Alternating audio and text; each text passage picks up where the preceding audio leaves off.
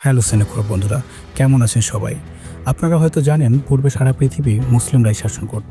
তাই মুসলিমদের বীরত্ব নিয়ে আজকে আমরা ইতিহাসের একটি সত্য ঘটনা দেখব, যা সুলতান সালাউদ্দিনের মতো বীরের জেরুজালেম জয়ের কাহিনী নিয়ে নির্মিত।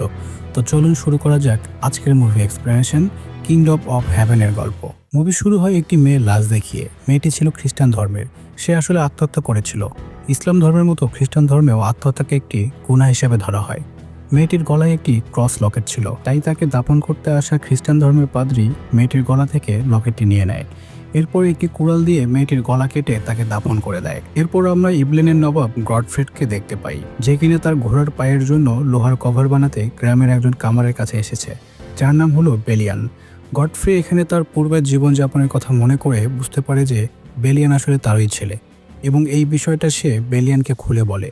আর মুভির শুরুতেই যে মেয়েটিকে আমরা দাফন করতে দেখি, সে মূলত বেলিয়ানের স্ত্রী ছিল। আসলে তাদের বাচ্চা মারা যাওয়ার শোকে বেলিয়ানের স্ত্রী আত্মহত্যা করে। এই বিষয়টি জানার পর গডফ্রে বেলিয়ানের কাছে খুব দুঃখ প্রকাশ করে। এরপর সে বেলিয়ানকে তার সাথে জেরুজালেমের ইবলিন রাজ্যের প্রাসাদে নিয়ে যেতে চায়। তবে বেলিয়ান জানায় যে সে এখানে তার সাধারণ জীবন নিয়ে অনেক খুশি আছে, তাই সে তার বাবা গডফ্রেকে জেরুজালেম যাওয়ার ব্যাপারে না করে দেয়। তবে গডফ্রে চলে যাওয়ার আগে তাকে জেরুজালেম যাওয়ার রাস্তা বলে দিয়ে যায়, যাতে কখনো যদি কোনো কিছু দরকার হয় বা তার মন পরিবর্তন হয়, তাহলে সে যেন গডফ্রেডের কাছে চলে আসে। তো গডফ্রে সেখান থেকে চলে যাওয়ার পর সেই পাদ্রী বেলিয়ানের কাছে আসে, যে তার স্ত্রীর লাশ দাফন করেছিল। পাদ্রী আসলে পাশে দাঁড়িয়ে এতক্ষণ বেলিয়ান ও গডফ্রেডের সব কথা শুনছিল, তাই সে বেলিয়ানকে বলে তার জন্য জেরুজালেম চলে যাওয়াটাই অনেক ভালো হবে। সে যদি জেরুজালেম যেতে চায় তাহলে সে তাকে হেল্প করবে। তবে বেলিয়ান ভালো করেই জানে পাদ্রী আসলে কি চায়। সে যেন এখান থেকে চলে গিয়ে এই জায়গাটা খালি করে দেয়, এতে পাদ্রী তার চার্জ ব্যবহার করে এই জমি দখল করতে পারবে। তাই বেলিয়ান পাদ্রীকে সোজাসুজি মানা করে দেয়। এতে পাদ্রী মনে মনে রেগে গিয়ে বেলিয়ানকে তার স্ত্রীর কথা বলে মানসিকভাবে আঘাত করতে থাকে।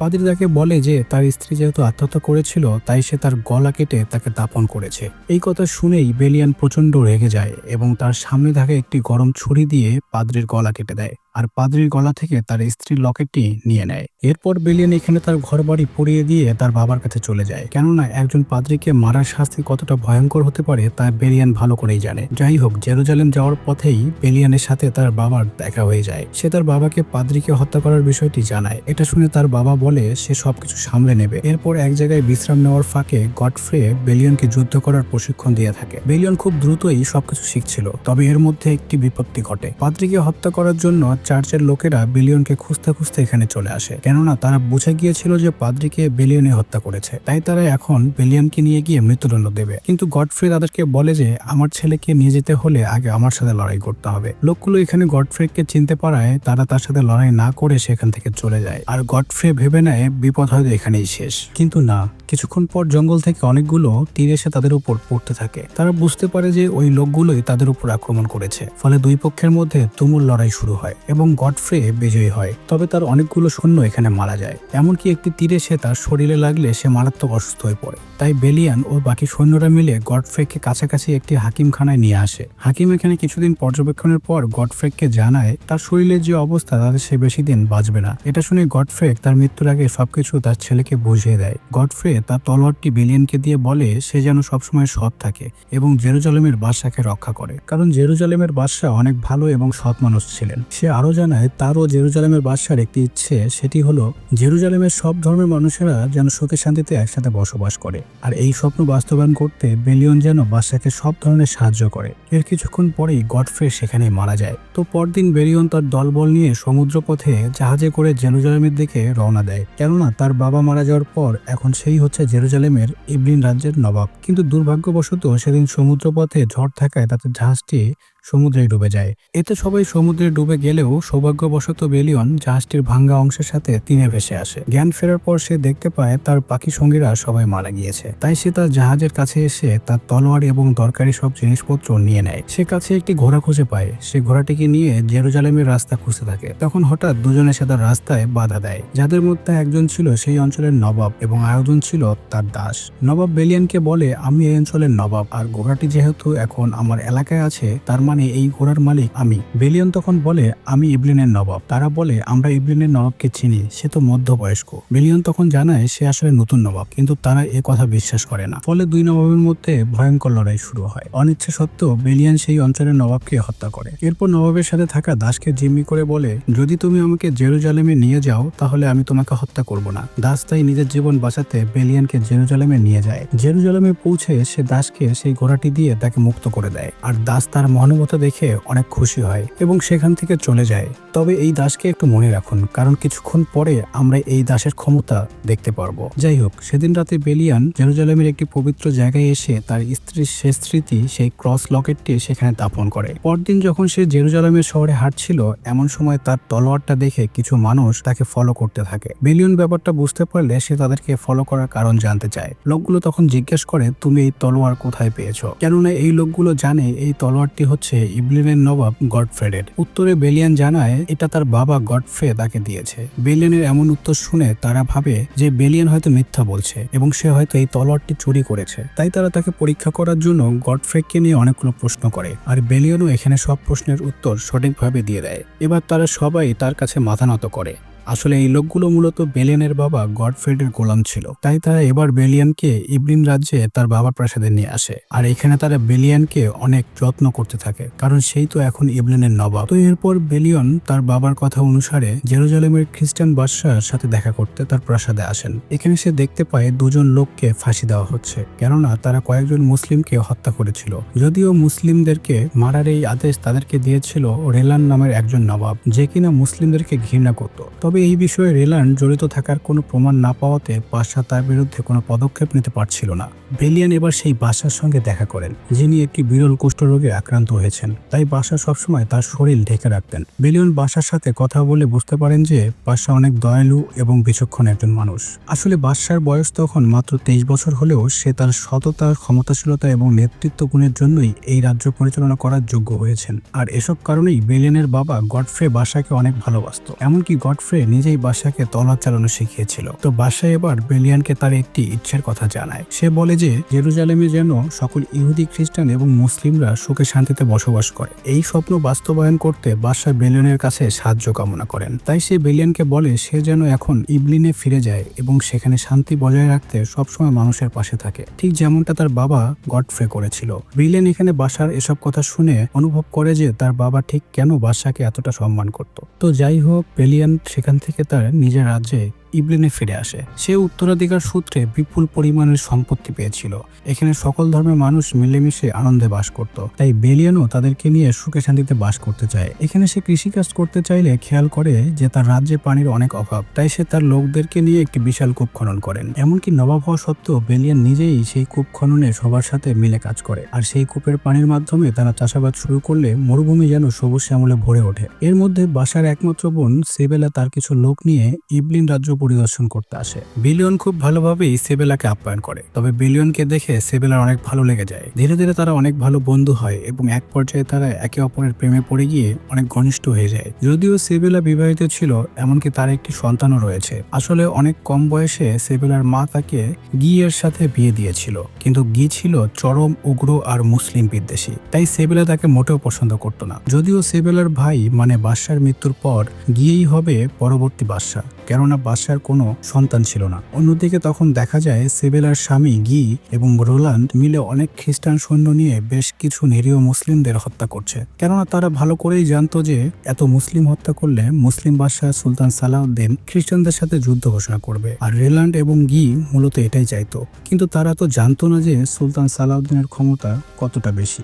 এদিকে জেরুজালেমের বাদশাহ রেলান্ড এবং গি এই মুসলিম হত্যা নিয়ে সবার সাথে কথা বলছিল, কিন্তু এবারও বাদশাহ রেলান্ডের বিরুদ্ধে কোনো প্রমাণ পায় না। উল্টো গিয়ে এখানে সেই নিহত মুসলিমদের ব্যাপারে মিথ্যাচার করে। এর মধ্যে বাদশাহ এখানে জানতে পারে সুলতান সালাউদ্দিন তার বিশাল সৈন্যবহর নিয়ে যুদ্ধ করার জন্য জেরুজালেমের ক্যারাক রাজ্যের দিকে আসছে, কারণ রেলান মূলত এই ক্যারাক রাজ্যেরই নবাব ছিল, আর সেই তো মুসলিমদেরকে হত্যা করেছে। তো বাদশাহ এবার তাদের সবাইকে সেই যুদ্ধের জন্য প্রস্তুত হতে বলে এবং বলে যে সে নিজেই এই যুদ্ধের নেতৃত্ব দেবে। এটা শুনে গি খুব খুশি হয়, কারণ সে তো এই যুদ্ধই চেয়েছিল। কিন্তু বাদশার মনে আসলে অন্য পরিকল্পনা ছিল। বাদশাহ ভালো করেই জানতো সুলতান সালাউদ্দিনের সৈন্যবহরের কাছে তারা কিছুই না, কারণ সুলতান সালাউদ্দিন একাধারে মিশর এবং সিরিয়া শাসন করত। এমনকি তিনি চাইলে যে কোনো সময় জেরুজালেম নিয়ন্ত্রণ নিতে পারে। কিন্তু সুলতান সালাউদ্দিন খুব দয়ালু এবং নিষ্ঠাবান ছিলেন। তিনি কোনো ধর্মের মানুষের উপর অত্যাচার পছন্দ করতেন না। তাছাড়া জেরুজালেমের বাদশাহ যেহেতু মুসলিমদের খুব সম্মান করত, তাই সুলতান সালাউদ্দিন তাকে অনেক পছন্দ করত। আর তাই বাদশার পরিকল্পনা হলো সে যুদ্ধের ময়দানে সুলতান সালাউদ্দিনের কাছে মূলত ক্ষমা চাইবেন। যাই হোক, এই যুদ্ধের খবর দ্রুত বেলিয়ানের কাছেও পৌঁছে যায়। তাই সে তার সৈন্যদের প্রস্তুত করে কেরা রাজ্যের দিকে চলে আসে। কিন্তু বেলিয়ান তার সৈন্য নিয়ে কেরাকে পৌঁছে দেখতে পায় সুলতান সালাউদ্দিনের যে সৈন্যবহর এগিয়ে আসছে তাতে বেলিয়ানরা তাদের কাছে পিঁপড়ার মতো ছোট। এরপরও বেলিয়ান ভয় না পেয়ে সামনে এগিয়ে যায় এবং তার সৈন্যদের নির্দেশ দেয় যে প্রতিপক্ষরা আক্রমণ না করা পর্যন্ত কিছুই না করতে। কিন্তু সুলতান সালাউদ্দিনের সৈন্যরা যেহেতু মুসলিমদের হত্যার প্রতিশোধ নিতে এসেছিল, তাই তারা বেলিয়ানের সৈন্যদের উপর আক্রমণ করে এবং মাত্র কয়েক মিনিটের মধ্যেই সবাইকে মেরে ফেলে। তবে ভাগ্যক্রমে বেলিয়ান এখানে বেঁচে গেলেও সে খুব আহত হয়। আর এখানে অবাক হয়ে বেলিয়ান দেখতে পায় সুলতান সালাউদ্দিনের সেনাপতি আর কেউ নয়, বরং সেই যে দাসকে জিম্মি করে জেরুজালেমে এসেছিল। সেই দাস মূলত সুলতান সালাউদ্দিনের সেনাপতি ছিল। আসলে সেদিন বেলিয়ান যাকে হত্যা করেছিল সে নবাব ছিল না, বরং নবাব ছিল এই সেনাপতি। আর এই সেনাপতি সেদিন বেলিয়ানের মহানুভবতা দেখে তাকে অনেক পছন্দ করেছিল। তাই সে বেলিয়ানকে সেখান থেকে চলে যেতে বলে, কেননা কিছুক্ষণের মধ্যেই সুলতান সালাউদ্দিন সেখানে চলে আসবে। তো এর কিছুক্ষণ পর সুলতান সালাউদ্দিন তার বিশাল সৈন্যবহর নিয়ে সেখানে চলে আসেন। অপরদিকে জেরুজালেমের বাদশাহ তখন তার বিশাল সৈন্যবহর নিয়ে সেখানে পৌঁছে যান। তবে যুদ্ধ শুরু করার আগে দুই গ্রুপের বাদশাহ সেখানে এগিয়ে আসে নিজেদের মধ্যে কথা বলার জন্য। আর প্রথমবারের মতো এখানে আমরা মুসলিমদের বাদশাহ বীর সুলতান সালাউদ্দিন আইয়ুবীকে দেখতে পাই। জেরুজালেমের বাদশাহ এখানে রেলান্ডের কাজের জন্য সুলতান সালাউদ্দিনের কাছে ক্ষমা চায় এবং রেলান্ডকে সে নিজে শাস্তি দেবে বলে জানায়। এমনকি ভবিষ্যতে এমন কিছু আর হবে না বলে সুলতানের কাছে ওয়াদা করে। সুলতান সালাউদ্দিন যেহেতু অনেক উঁচু মানসিকতার মানুষ ছিলেন, তাই সে বাদশার কথাকে সম্মান জানিয়ে রেলান্ডকে ক্ষমা করে দেন এবং যুদ্ধ না করেই তার বিশাল সৈন্যবহর নিয়ে সিরিয়ায় ফিরে যান। আর বাদশার দিকে রেলান্ডের প্রাসাদে এসে রেলান্ডের ভুলের জন্য লাঠি দিয়ে তাকে মারতে শুরু করে এবং বাদশার কুষ্ঠরোগের হাতে চুমু খেয়ে তার কাছে ক্ষমা চাইতে বলে। রেলান্ড বাধ্য হয় সেটাই করতে এবং এরপর তাকে কারাগারে পাঠানো হয়। তবে যুদ্ধে বেলিয়ানের সাহসিকতা দেখে বাদশাহ তাকে অনেক প্রশংসিত করে। এরপর বাদশাহ জেরুজালেমে ফিরে বেলিয়ানকে ডেকে পাঠায়। বাদশাহ তাকে বলে তার বোন সেবেলাকে বিয়ে করতে এবং তাকে এই রাজ্যের পরবর্তী বাদশাহ হতে বলে, কেননা বাদশার শারীরিক অবস্থা এখন আরো খারাপ হয়েছে। তবে বেলিয়ান এখানে জিজ্ঞেস করে তাহলে সেবেলার স্বামী গিয়ের কি হবে? উত্তরে বাদশাহ জানায় তাকে তো তার কর্মের জন্য ফাঁসিতে ঝুলানো হবে, কিন্তু বেলিয়ান তো চায় না যে তার জন্য কারো প্রাণ চলে যায়। তাই সে সেবেলাকে বিয়ের ব্যাপারে বাদশাকে সরাসরি না বলে দেয়। আর সেবেলা সব জানার পর বেলিয়ানের কাছে এসে কান্না করতে থাকে। তবে বেলিয়ান তার নীতির জন্য নিজের ভালোবাসাকে প্রত্যাখ্যান করে এবং তার নিজের রাজ্য ইবলিনে ফিরে যায়। এদিকে বাদশাহ ধীরে ধীরে অনেক অসুস্থ হয়ে পড়ে। দিন দিন তার অবস্থার আরো অবনতি ঘটতে থাকে এবং শেষমেশ তিনি মারা যান। সেবেলা তার মৃত ভাইয়ের চেহারা দেখে নিজেই ভয় পেয়ে যায়। তো বাদশাহ মারা যাওয়ার পর উত্তরাধিকার সূত্রে সেবেলা হয় জেরুজালেমের রানী। আর সে যেহেতু তার স্বামী গিকে ঘৃণা করত, তাই গিকে বাদশাহ না বানিয়ে বরং তার ছেলেকে জেরুজালেমের বাদশাহ বলে ঘোষণা করে। কিন্তু কিছুদিন পর সেবেলার ছেলে অসুস্থ হয়ে পড়ে। হাকিম পরীক্ষা করে জানায় যে সেবেলার ভাইয়ের মতোই তার ছেলেও কিছুদিন পরে কুষ্ঠরোগে আক্রান্ত হয়ে মারা যাবে। এটা জেনে রানী সেবেলা প্রচন্ড ভেঙে পড়ে, কেননা একদিকে তার ভাই বেঁচে নেই, অন্যদিকে সে তার স্বামীকেও ঘৃণা করে। আবার বেলিয়ানও তাকে বুঝলো না। তাই এর কিছুদিন পর সেবেলার ছেলে মারা গেলে সেবেলা বাধ্য হয়ে তার স্বামী গিকে বাদশাহ হিসেবে স্বীকৃতি দেয়। আর গি জেরুজালেমের বাদশাহ হয়েই প্রথমে রেলানকে জেল থেকে মুক্ত করে দেয়। এরপর দুজনে মিলে রাজ্যের মুসলিম ইহুদি সহ সবার উপরে নির্যাতন শুরু করে এবং মেরেও ফেলে। এমনকি এর মধ্যে সুলতান সালাউদ্দিনের বোনকেও একদিন তারা পেয়ে যায় এবং রেলান তাকেও হত্যা করে। নিজের বোনের হত্যার প্রতিশোধ নিতে সুলতান সালাউদ্দিন এবার কতটা ভয়ঙ্কর হতে পারে নিশ্চয়ই বুঝতে পেরেছেন। কিন্তু না, এবারও সুলতান সালাউদ্দিন জেরুজালেমে আক্রমণ করে না। সে খুব শান্তভাবে তার একজন লোককে দিয়ে জেরুজালেমের বাদশাহ গিয়ের কাছে একটা চিঠি পাঠায়, যেখানে লেখা ছিল তার বোনের লাশের সাথে যারা তার বোনকে মেরেছে তাদের মাথা কেটে যেন তার কাছে পাঠানো হয় এবং তারা স্বেচ্ছায় যেন জেরুজালেম খালি করে দেয়। কিন্তু গি এই চিঠি পড়ে অনেক হাসে এবং এই লোকটিরই মাথা কেটে সুলতান সালাউদ্দিনের কাছে পাঠিয়ে দেয় এবং তাকে যুদ্ধের জন্য আহ্বান জানায়। এরপর গি তার বিশাল সৈন্যবহর প্রস্তুত করে সুলতান সালাউদ্দিনের সাথে যুদ্ধ করার জন্য বিশাল মরুভূমির পথ পাড়ি দিয়ে এগোতে থাকে। কিন্তু প্রতিমধ্যে মরুভূমির গরম তাপ আর পিপাসায় গির অনেক সৈন্য মারা যায়, আর যারা বেঁচে থাকে তাদেরকে নিয়ে গি কোনো মতো যুদ্ধের ময়দানে পৌঁছায়। তবে সুলতান সালাউদ্দিনের বিশাল সৈন্যবহরের কাছে নিমেষে তারা পরাজয় বরণ করে এবং মুসলিমদের জয় হয়। তবে সবাই এই যুদ্ধে মারা গেলেও গি এবং রেলান তখনও বেঁচে ছিল। তাই সুলতানের লোক গি এবং রেলানকে তার কাছে নিয়ে আসলে সুলতান তাদেরকে পানি খেতে দেয় এবং বেশ ভালো ব্যবহার করে। কিন্তু পানি খেয়ে রেলান সুলতানের সাথে খারাপ ব্যবহার করতে শুরু করে। সে ভেবেছিল সুলতান হয়তো এবারও তাদেরকে ক্ষমা করে দিবেন, কিন্তু তখনই বাদশা তার তলোয়ার বের করে এক কোপে রেলান্ডের গলাটা দর থেকে নামিয়ে দেয়। এটা দেখে গি খুব ভয় পেয়ে যায়। সুলতান তখন গিকে বলে, আমার আফসোস হচ্ছে, কেননা তোমরা এত মহান একজন বাদশার সাথে থেকেও কিছুই শিখতে পারোনি। তোমরা কি জানো না যে একজন বাদশার সাথে কিভাবে কথা বলতে হয়? এদিকে কিছুদিন পর বেলিয়ান কিছু সৈন্য নিয়ে গি আর তার সৈন্যদের খুঁজতে আসে। তবে তারা যুদ্ধের ময়দানে এসে দেখে যে আসলে যা হওয়ার ছিল তাই হয়েছে। সুলতান সালাউদ্দিনের সেনাদের কাছে গিয়ের সেনারা টিকতে পারেনি। গিয়ের সৈন্যদের দেহ নিথর হয়ে মাটিতে পড়ে আছে আর শকুনেরা পচা দেহগুলো ছিঁড়ে ছিঁড়ে খাচ্ছে। বিলিয়ন বুঝে যায় যে সুলতান সালাউদ্দিন খুব শীঘ্রই জেরুজালেম দখল করতে আসবে। তাই সেখান থেকে বিলিয়ন দ্রুত জেরুজালেমে ফিরে আসে এবং সবাইকে যুদ্ধের প্রস্তুতি নিতে বলে। সে সেখানে সবাইকে যুদ্ধ করতে উৎসাহ দেয়। সে বলে যে এই যুদ্ধ আমরা কিংবা মুসলিমরা কেউই শুরু করিনি। যারা এই যুদ্ধ শুরু করেছে তারা অনেক আগেই মারা গিয়েছে। তাই মূলত আমরা এখন যুদ্ধ করব আমাদের বাড়িঘর এবং মাতৃভূমি রক্ষা করতে। বেলিয়নের কথায় অনুপ্রেরণা পেয়ে এবার সবাই যুদ্ধের জন্য প্রস্তুতি নেয়। আর বেলিয়ন খুব বুদ্ধি খাটিয়ে যুদ্ধের কৌশল সাজায়, কারণ সে ভালো করেই জানতো যে সুলতান সালাউদ্দিনের সেনাদের সামনে তারা টিকতে পারবে না। তাই সে প্ল্যান অনুযায়ী রাজ্যের কিছুটা সামনে এসে পাথরের চিহ্ন দেয়। আর সুলতানের সেনারা যখন এটা অতিক্রম করবে তখনই বেলিয়ানরা তাদের উপর আক্রমণ করবে বলে সিদ্ধান্ত নেয়। তো এরপর আমরা দেখতে পাই সুলতান সালাউদ্দিন তার অগণিত সৈন্য নিয়ে জেরুজালেমে পৌঁছে যায় এবং তাদের উপর হামলা শুরু করে দেয়। তারা জেরুজালেমের সকল বাড়ি ঘরে আগুন দিতে থাকে। তবে জেরুজালেমের প্রাসাদের দেওয়াল অনেক মজবুত থাকায় বিলিয়ানরা সেই আক্রমণ থেকে নিজেদেরকে রক্ষা করে। এদিকে সুলতান তো ভেবেছিল জেরুজালেম থেকেও পাল্টা হামলা আসবে, কিন্তু এখানে তো সেরকম কিছুই ঘটছে না, বরং জেরুজালেমের মানুষেরা তাদের ঘরবাড়ির আগুন নেভাতে ব্যস্ত। এটা দেখে সুলতান বেশ অবাক হয়ে যায়। তাই সে ধীরে ধীরে তার সেনাদের নিয়ে জেরুজালেমের প্রাসাদের দিকে এগোতে থাকে। আর যখনই তারা বেলিয়ানের দেওয়া সেই সাদা দাগ অতিক্রম করে ঠিক তখনই বেলিয়ানরা তাদের প্ল্যান অনুসারে পাল্টা আক্রমণ শুরু করে। ফলে এবার সুলতানের কিছু সৈন্য মারা যায়। তো বেলিয়ানের যুদ্ধ কৌশল দেখে রাতের বেলা সুলতান তার সেনাপতিকে বেলিয়ানের ব্যাপারে জিজ্ঞাসা করে। উত্তরে সেনাপতি জানায় বেলিয়ান হচ্ছে গডফ্রেডের ছেলে। সুলতান গডফ্রেডকে খুব ভালো করেই চিনত, কেননা গডফ্রেড একজন বীর যোদ্ধা এবং মহান নবাব ছিল। যাই হোক, পরদিন আবার যুদ্ধ শুরু হলে সুলতানের সৈন্যরা এবার সিঁড়ি বেয়ে জেরুজালেমের প্রাসাদে ঢোকার চেষ্টা করে, কিন্তু এবারও বেলিয়ন সেই বিরাট বিরাট সিঁড়িগুলো কৌশলে ভেঙে ফেলে। তবে আজকের যুদ্ধে দুই দলেরই অনেক সৈন্য মারা যায়। এদিকে বেলিয়ানের আর অল্প কিছু সৈন্য জীবিত থাকলেও সুলতানের তো তখনও অসংখ্য সৈন্য ছিল। বেলিয়ান এখানে নিশ্চিত হেরে যাবে জেনেও এরপরেও পরের দিন সুলতানের আক্রমণ ঠেকানোর চেষ্টা করে, কিন্তু এবার সুলতানের সেনারা জেরুজালেমের দেওয়াল ভাঙতে সক্ষম হয়। এতে তাদের দুই পক্ষের সেনাদের মধ্যে তুমুল লড়াই চলতে থাকে। এভাবে সেদিন সন্ধ্যা নেমে আসলে সুলতান এবার নিজেই বেলিয়ানের সাথে কথা বলার জন্য ডেকে পাঠায়। বেলিয়ানও সুলতানের ডাকে সাড়া দিলে বেলিয়ানের সৈন্যরা খুব চিন্তিত হয়ে পড়ে। সুলতান এখানে বেলিয়নকে বলে যে তুমি হয়তো আর কিছুক্ষণ পরেই পরাজয় বরণ করতে বাধ্য হবে, তার চেয়ে বরং তুমি যদি এখন জেরুজালেম খালি করে দাও তাহলে আমি তোমাদেরকে একজনকেও আর মারবো না, বরং এখানকার সকল খ্রিস্টানদেরকে আমি অন্য একটি জায়গায় রেখে আসবো। এই প্রস্তাব শুনে বেলিয়ান সুলতান সালাউদ্দিনের ক্ষমতাশীলতা দেখে মুগ্ধ হয়ে যায়, কেননা সে ভেবেছিল একসময় খ্রিস্টানরা জেরুজালেমের মুসলিমদের হত্যা করে